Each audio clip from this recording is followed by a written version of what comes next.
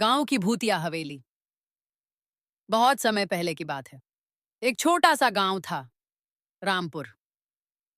गांव के चारों तरफ खेत, बड़े बड़े पेड़ और दूर एक पुरानी टूटी हवेली थी। लोग कहते थे कि उस हवेली में रात को अजीब आवाजें आती हैं। कोई कहता वहां चुड़ैल रहती है, कोई कहता हाँ साइती थे, वहां सफेद साया घूमता है। गांव वाले सूर्य ढलते ही उस रास्ते पर जाना बंद कर देते थे। गांव में 4 दोस्त रहते थे। एक दिन सोनू बोला, सोनू, मुझे नहीं लगता वहां कोई भूत है। गोलू, हाँ, लोग बस डरते हैं। पिंकी थोड़ी डर गई। पिंकी, लेकिन दादी कहती हैं वहां रात को रोने की आवाज आती है। मोनू हंसने लगा। मोनू, चलो आज रात सच पता करते हैं। रात के 12 बजे चारों टॉर्च लेकर हवेली की तरफ चल पड़े। हवा बहुत तेज चल रही थी। पेड़ों की शाखाएं हिल रही थी। जैसी आवाजें आ रही थी। अचानक एक उल्लू जोर से बोला, हू हू। पिंकी डरकर चिल्लाई। पिंकी, मुझे वापस जाना है। लेकिन सोनू बोला, अब आ ही गए हैं तो ने अंदर दरवाजा चलते हैं। धक्का दिया। डरावनी आवाज पूरे इलाके में गूंज गई। अंदर चारों तरफ जाले थे, दीवारें टूटी हुई थी। अचानक ऊपर से कुछ गिरा। धड़ाम। गोलू डरकर सोनू के पीछे छुप गया।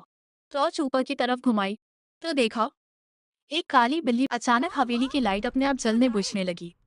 टिक टिक टिक। और तभी सीढ़ियों पर सफेद कपड़ों में कोई खड़ा दिखाई दिया। पिंकी जोर से चीखी। भूत। सफेद साया धीरे धीरे उनकी तरफ बढ़ने लगा। चारों डरकर भागने लगे, लेकिन हवेली का दरवाजा अपने आप बंद हो गया। मोनू रोने लगा। मोनू, हमसे गलती हो गई। तभी सोनू को एक पुराना कमरा दिखा। चारों उस कमरे में छुप गए। मैं एक पुरानी डायरी रखी थी। सोनू ने डायरी खोली। उसमें लिखा था, इस हवेली में रहने वाली एक बूढ़ी औरत को गांव वालों ने चोर समझ लिया था, लेकिन वो बेगुनाह थी। दुख में उसकी मौत हो गई और तभी से उसकी आत्मा यहाँ भटकती है। इतना पढ़ते ही कमरे का दरवाजा धीरे धीरे खुलने, वही सफेद साया अंदर आ गया। मैं किसी को नुकसान नहीं पहुंचाना चाहती, बस चाहती हूँ लोग सच्चाई जाने। चारों दोस्त कांप रहे थे। सोनू ने हिम्मत करके कहा, हम गांव वालों को सच बताएंगे। सुबह होते ही चारों गांव पहुंचे। उन्होंने सबको हवेली की सच्चाई बताई। गांव वालों को अपनी गलती का एहसास हुआ।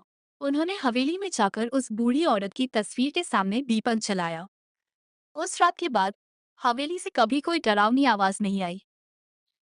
लोग कहते हैं उस बूढ़ी आत्मा को आखिरकार शांति मिल गई। सीख, कभी कभी हर डरावनी चीज बुरी नहीं होती। कुछ आत्माएं सिर्फ इंसाफ चाहती हैं।